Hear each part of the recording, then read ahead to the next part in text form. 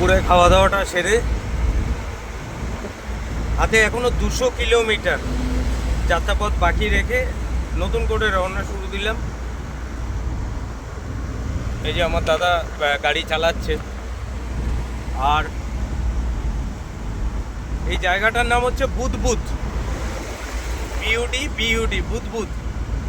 এটাও কিন্তু ওই আসানসোল কমিশনারেটের আন্ডারে পড়ে, যদিও এখান থেকে আসানসোল অনেক রাস্তা। প্রথমে আসবে দুর্গাপুর, তারপরে আসানসোল। আর সানডেতে মেনলি এই রাস্তার ওপরে কিন্তু এই বাইক রাইডারদের বেশ দৌড়াতে দেখা যায়। শুধু সানডেতেই বেশি হয়, শীতকালে অন্যান্য দিন হয়, সানডেতে বেশি হয়। এরপরে ঢুকবো কাকসা, না এরপরে ঢুকবো হচ্ছে পানাগড়, তারপরে কাকসা। এটা ঠিক দুর্গাপুর পানাগড় ঢোকার আগেই, মানে পানাগড়ের আগেই। আর এখানে হ্যাঁ, ও সেই কন্টেনারটা ওই দেখুন কাত হয়ে আসছিল। আপনারা যদি ভিডিওটা আগে থেকে দেখে থাকেন, ওই কন্টেনারটা দেখুন পুরো কাত হয়ে গেছে।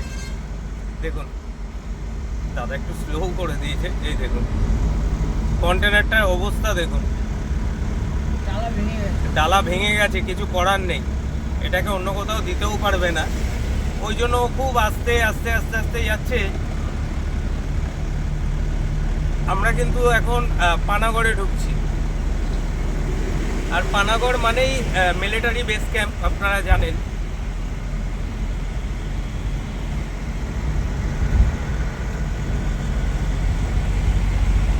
সত্যি কথা বলতে ন্যাশনাল হাইওয়ে দিয়ে যারা না গেছে, তারা কোনোদিন ভারত সম্পর্কে অভিজ্ঞতাও তাদের আসবে না, তাদের মানে ধারণাটাই কোনোদিন আসবে না যে একটা রাস্তাকে এই রকম করতে গেলে ঠিক কতটা সুচিন্তা থাকা দরকার। সে আজকে গভর্নমেন্টে যেই আছে, আমি সেই প্রসঙ্গে যাচ্ছি না। একটা দুর্গাপুর আসতে মোটামুটি নমিনাল 3 ঘন্টা থেকে 3.5 ঘন্টা, আগে যেটা 7 থেকে 8 ঘন্টা সময় লাগতো। যোগাযোগ ব্যবস্থা ভালো হয়েছে মানেই সব কিছুই ভালো হবে।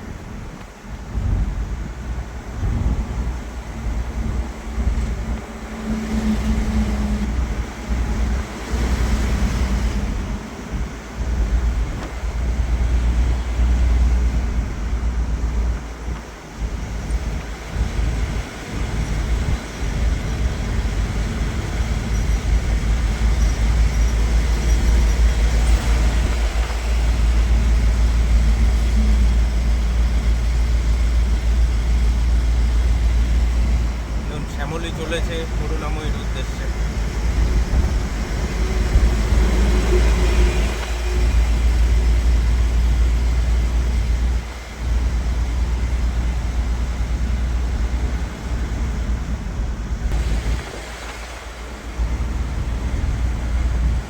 এই পানাগড় দিয়ে একটা সময় মানুষ যেতে ভয় পেত, হ্যাঁ সুমিতা?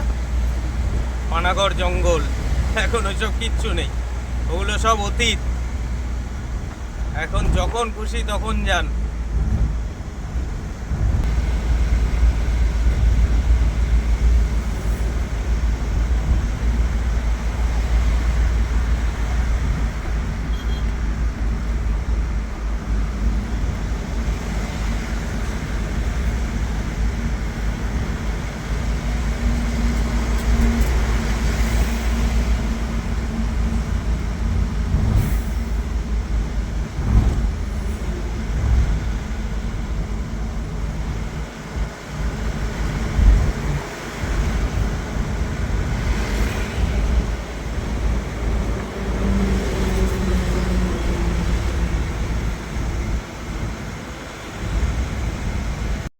পথটা দেখছেন, এটা কিন্তু মানে দুর্গাপুর আসানসোলের ঢোকার, মানে আপনারা যদি শিয়ালদা হয়ে আসেন তাহলে আপনাদের এই রাস্তা দিয়েই ঢুকতে হবে।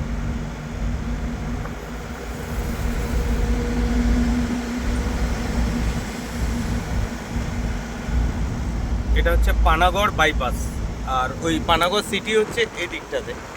সিটি মিনস ওই পানাগড়ে যেসব ওই গাড়ির যন্ত্রাংশ পাওয়া যায় সেগুলো এই বা দিকটাতে, আর এটা হচ্ছে বাইপাস।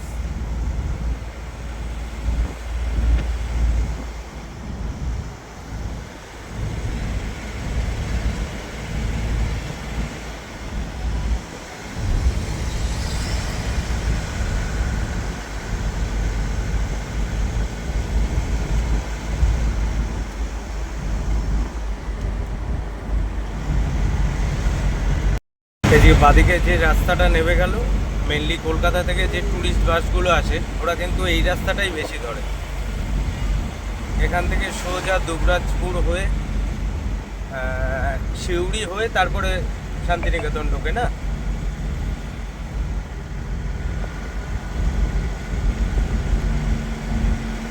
আর লরিটা যেভাবে যাচ্ছে, হ্যাঁ এই যে বাড়িটা দেখতে পাচ্ছেন, এই যে বাড়িটা, এই বাড়ি পানাগড় এয়ারপোর্ট।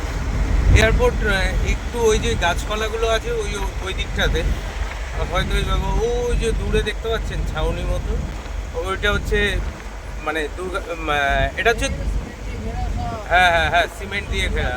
ওই যে ওপরে দেখুন একটা ওয়াচ টাওয়ার মতো করা আছে, ওটা হচ্ছে এখানের এয়ারপোর্ট, দুর্গাপুর এয়ারপোর্ট, তাই তো? Panagarh airport, Panagarh airport, Durgapur area but Panagarh airport.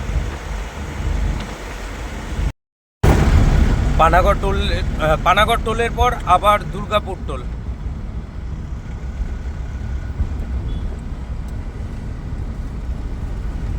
কুকুর আছে।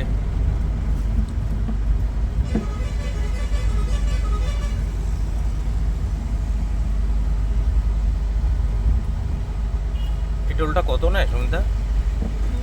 150। হ্যাঁ, আর রিটার্ন হচ্ছে 225।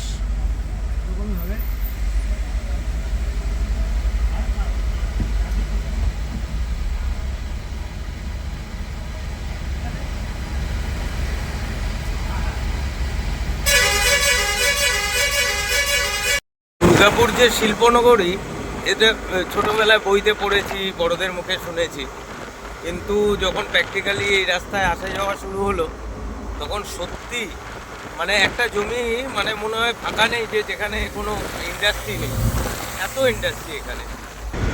এখান থেকে বাঁকুড়া 53 কিলোমিটার, আর বুদ্ধগয়া 305 কিলোমিটার, খড়গপুর 175 কিলোমিটার। খড়গপুর যাবে কোন দিক দিয়ে সমিতা? খড়গপুর যাবে বাঁকুড়া চন্দ্রকোনা রোড, মেদিনীপুর হয়ে খড়গপুর। চন্দ্রকোনায় যাবে না? আচ্ছা আচ্ছা, বাঁকুড়া থেকে সোজা। এই যে সামনে যে রাস্তাটা গেল এই রাস্তাটা বাঁকুড়া। হ্যাঁ হ্যাঁ, আচ্ছা আমি তো ওটাই জানি, বেরোনোর রাস্তাটা ওই উপর দিয়ে একটা ফ্লাইওভার মতো করা আছে সামনে দিয়ে। এখানে পলিউশন, সাংঘাতিক পলিউশন। ইন্ডাস্ট্রি এরিয়া, পলিউশন তো হবে, ধুলো ধুলো মতো সব।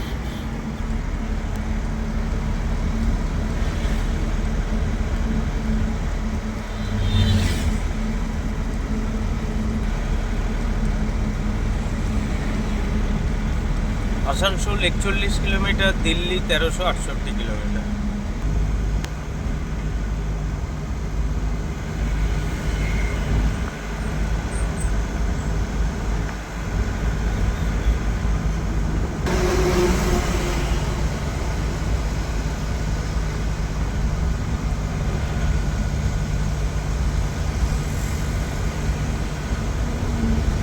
এই রাস্তাটা দিয়েও বাঁকুড়া ঢোকে। আর এই যে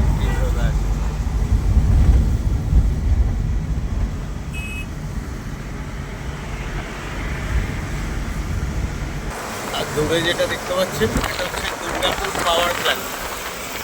রাত্রিবেলা গেলে খুব ভালো লাগে দেখতে।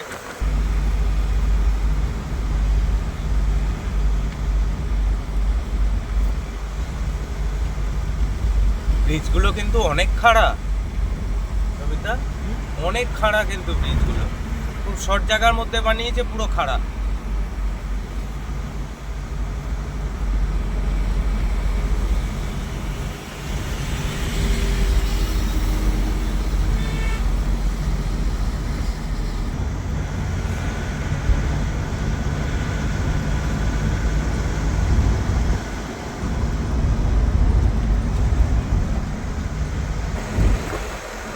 দেখুন এটা হচ্ছে দুর্গাপুর ইস্পাত ফ্যাক্টরি, আরও ব্রিজের ওপর থেকে ভালো দেখা যায়।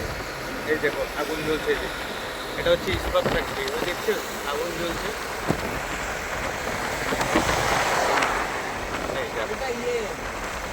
Durgapur power plant.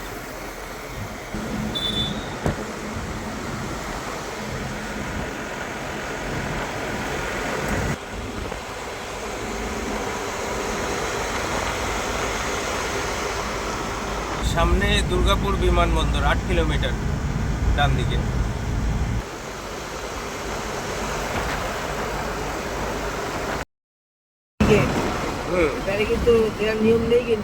না, ব্যারিকেড দেওয়ার নিয়ম নেই তো। ব্যারিকেড তো সরিয়ে নিচ্ছে রাস্তা থেকে, ব্যারিকেড তো সরিয়ে নিচ্ছে। এটা হচ্ছে দুর্গাপুর পাওয়ার প্ল্যান্ট, এখানে কিন্তু কারেন্ট তৈরি হয়। এগুলো ধোয়া জ্বলছে, এরপরে কোনো এক সময় দেখবো মানে এগুলোতে সারাক্ষণই ধোয়া বেরোতে থাকে। আর ওই ভেতরেরগুলো কখনো কখনো যেতে যেতে দেখি যে ওখান থেকে আগুন বেরোচ্ছে, সাংঘাতিক মাত্রায় আগুন বেরোচ্ছে। ওই আগুনগুলো কোনো কাজে লাগিয়ে মানে যদি রান্না বান্না করা যেত তাহলে আর এত গ্যাস লাগতো না লোকে। আর আমি কি বলেছি বেরোবে না,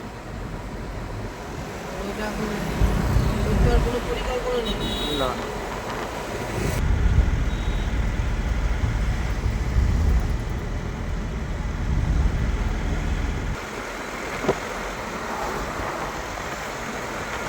এটা মনে হচ্ছে গুরুদুয়ারা। বাহ, অসাধারণ লাগছে। এটা নিজের চোখে না দেখলে বিশ্বাসই করা যায় না। অসাধারণ, বিশাল বিশাল ফ্যাক্টরি।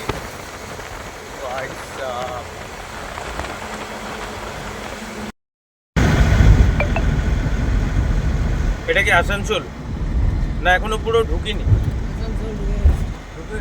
আচ্ছা, আমরা আসানসোলে এসছিলাম যে ওই যে সেই এসছিলাম যে মনে আছে আমরা বাঁ দিকে ঢুকে গেছিলাম, ডান দিকে যাওয়ার ছিল, ওটাকে পার করে ফেলেছি। আসানসোল পৌরসভা লেখা ছিল সামনে, না?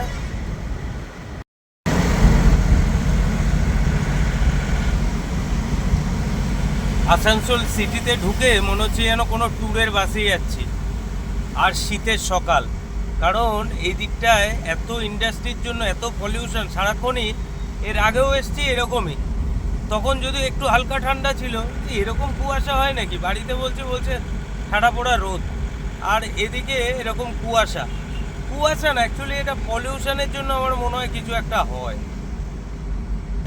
লাইটের দিকে একটু নজর রাখুন, লাইটের দিকটা দেখলে বুঝতে পারবেন কেমন একটা কুয়াশা কুয়াশা মতো হয়। তবে জেসিডির জঙ্গল, এই দেওঘরের জঙ্গল পার করা জানি না কি হবে। ওই যে দেওঘরের যে জঙ্গলটা বললি, জঙ্গলটা কি হবে, কি সিচুয়েশন কে জানে।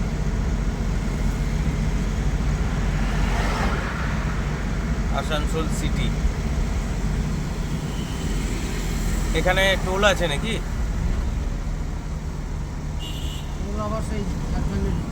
ও, টোল ঝাড়খণ্ডে ঢুকে। আচ্ছা, এটা সিগন্যাল আছে। আচ্ছা,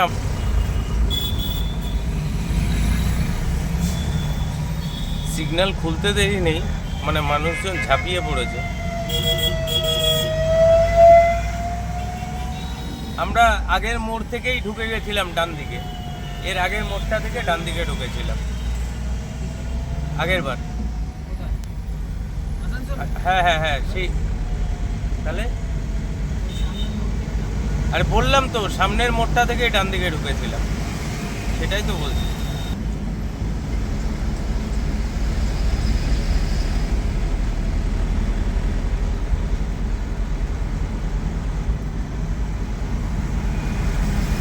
বিস্তীর্ণ খালি জমি, বিস্তীর্ণ খালি জমি, দূর দূরান্ত শুধু খালি আর খালি, কিছু নেই।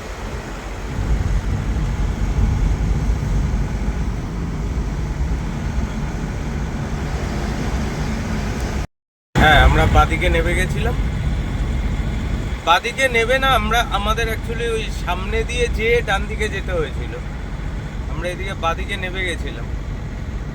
এটা হচ্ছে, হ্যাঁ হ্যাঁ, ভ্রাতৃত্বের শহর। স্বাগতম ভ্রাতৃত্বের শহর আসানসোল। চলো ভাই, ভ্রাতৃত্ব। মমতা ছবির মধ্যে কালো মুখ, কালো মুখ।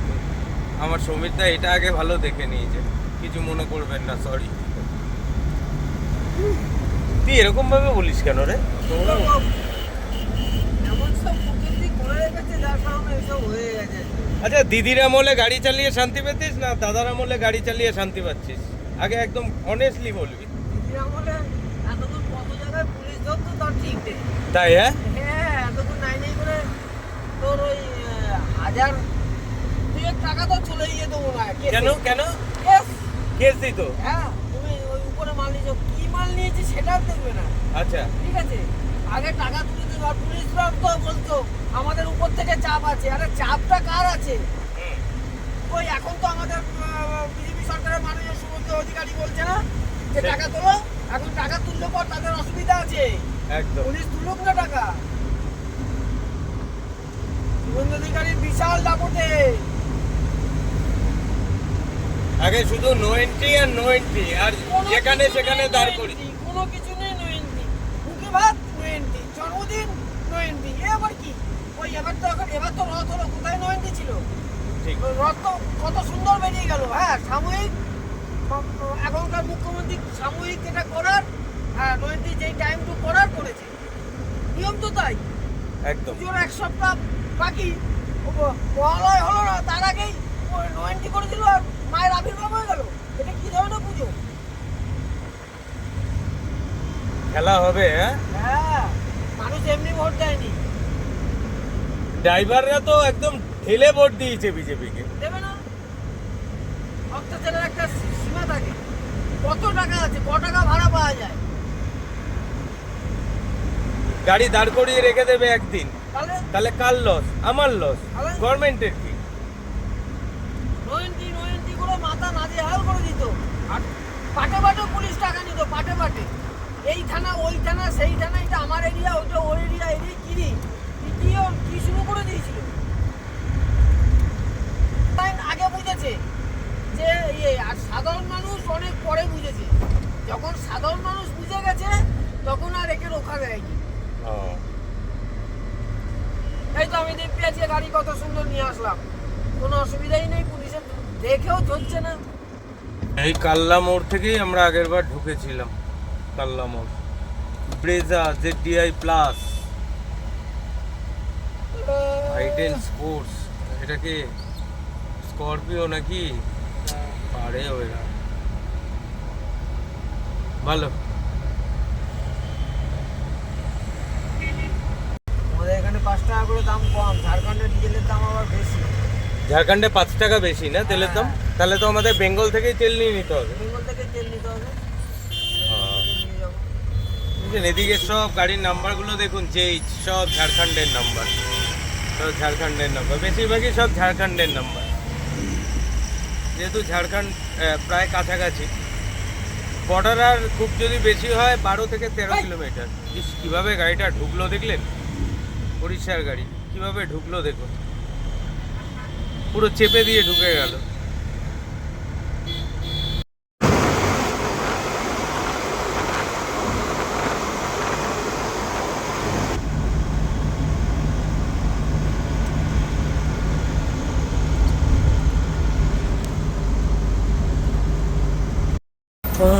চা খাবো, একটু দাঁড়িয়েছি। হ্যাঁ, দে একটু আগে দে, চা খেয়ে নি, দে।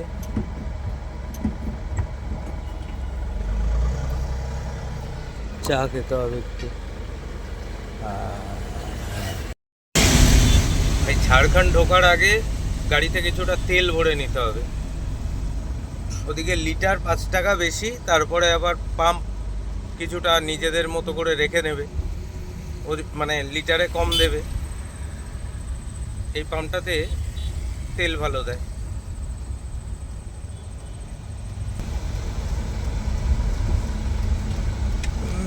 বড় পাম্প, ভালোই বড় পাম্প, ইন্ডিয়ান অয়েল না? চলো ঠিক আছে।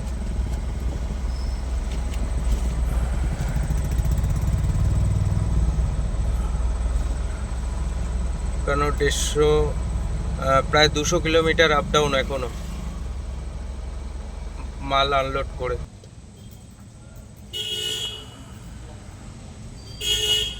105 টাকা 35 পয়সা পেট্রোল।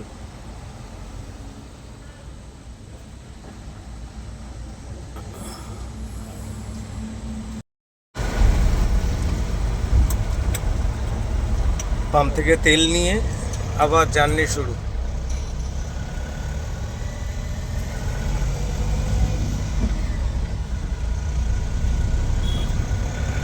তাহলে কি মেন রাস্তা দিয়ে যাবি? হ্যাঁ। জামতলা দিয়ে ঢুকবি না? না। কেন, চিত্তরঞ্জনে ওই সিটিতে ঢুকলে সমস্যা নাকি? হ্যাঁ, সিটিতে সমস্যা না। ও, ঠিক আছে। তাও মোটামুটি আমাদের 30 থেকে 35 কিলোমিটার এক্সট্রা যেতে হবে, হ্যাঁ, বাট বেশিও- কিছু করার নেই। কিছু করার নেই। ওখানে বারবার দাঁড়াতে হবে, এই করতে হবে, ওর থেকে এটা আমাদের হাইওয়ে ধরে চলে যাবো তো, আচ্ছা, সুবিধা হবে। ঠিক আছে।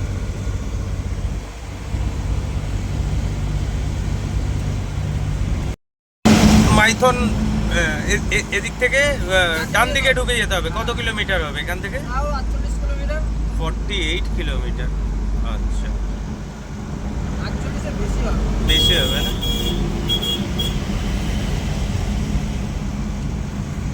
বেঙ্গল শেষ, এটা ওয়েস্ট বেঙ্গলের লাস্ট।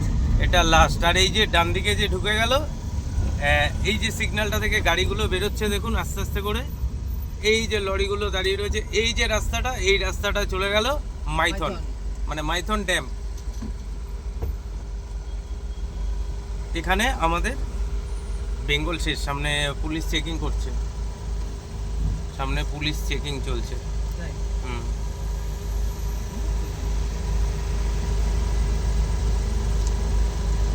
ও ইয়ের জন্য। তাই ঝাড়খণ্ড ঢুকে গেলাম। এই যে ব্রিজ পারাবো। যে ব্রিজটা, অনেকে আমার এই ভিডিও দেখে হয়তো কমেন্টস করলেও করতে পারেন, ভাই ঝাড়খণ্ডে ঢুকে এরকম করছো মনে হচ্ছে অস্ট্রেলিয়া চলে যাচ্ছ। দেখুন আমাদের ছোট গাড়ি, তো আমাদের ছোট গাড়ি একটা স্টেট দুটো স্টেট পার করা মানেই আমাদের কাছে অনেক বড় ব্যাপার। যারা আমরা পার করা না, এটা তো আমাদের দেখানো হচ্ছে। এটা তো দেখানো হচ্ছে। হ্যাঁ, এটা আচ্ছা, ওই ঠিক। লাইটগুলো কিসের, ড্যাম্পের নাকি? না না, ওগুলো তো ওই ইয়ে দিয়ে করা হয়েছে। এখানে তো সব বিভিন্ন জায়গায় এগুলো দিনের বেলা দেখো, দারুণ হতো। দেখানো হচ্ছে মানে অনেকে হয়তো কমেন্টস করলেও করতে পারেন হ্যাঁ, যে ঝাড়খণ্ডে ঢুকে এরকম করছে মনে হচ্ছে কত দূরে চলে গেছো। কিন্তু আমাদের ছোট গাড়ির জন্য, যেহেতু আমাদের বেঙ্গল পারমিট, আমাদের তো অল ইন্ডিয়া পারমিট না, ফলে আমাদের ক্ষেত্রে কি হয়, আমরা একটা দুটো স্টেট পার করলেই আমাদের কাছে অনেক বড় ব্যাপার থাকে। তো আমিও তো ছোটবেলায় সেটাই দেখেছি, যখন কোনো বর্ডার পার করা হতো তখন পুলিশ পুরো চেকিং করতো, গাড়ি চেকিং করতো, পুরো চেকিং করতো। আজ থেকে 5 বছর আগেই অনেক কড়াকড়ি ছিল বর্ডারে। বর্ডারে আগে কাগজ নিতে হতো না? হ্যাঁ, বর্ডারে কাগজ নিয়েছিস? না বর্ডারে কাগজ লাগে, এখন আর লাগে না। এখন লাগে না, আগে আগে আগে লাগতো। আগে লাগতো না? টোলে থেকে কাটাতে হতো পারমিট।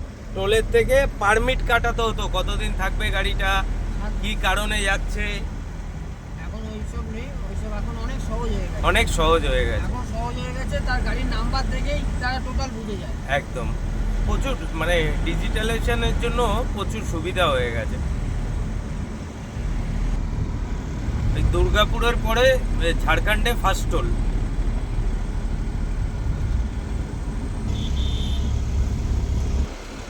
বাহ, ভালো লাগলো তো হোটেলটা।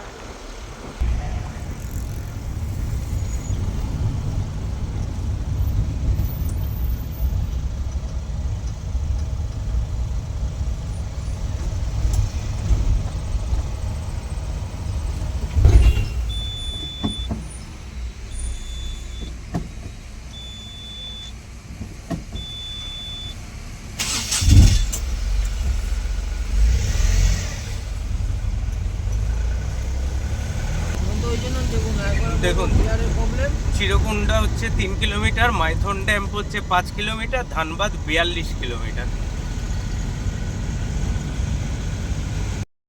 বললাম বাদিকে ধানবাদ, ডান দিকে আমাদের ঢুকে যেতে হবে। বাদিকে দেখাচ্ছে ধানবাদ।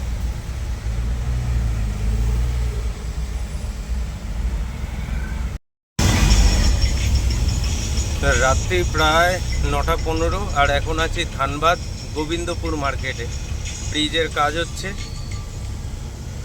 কি জ্যাম, সাংঘাতিক জ্যাম। রাত এখন ওই 1:10-15 হবে। প্রচণ্ড বৃষ্টি, প্রচণ্ড বৃষ্টি, মানে এত বৃষ্টি ধারণা করা যায় না, এতটা বৃষ্টি।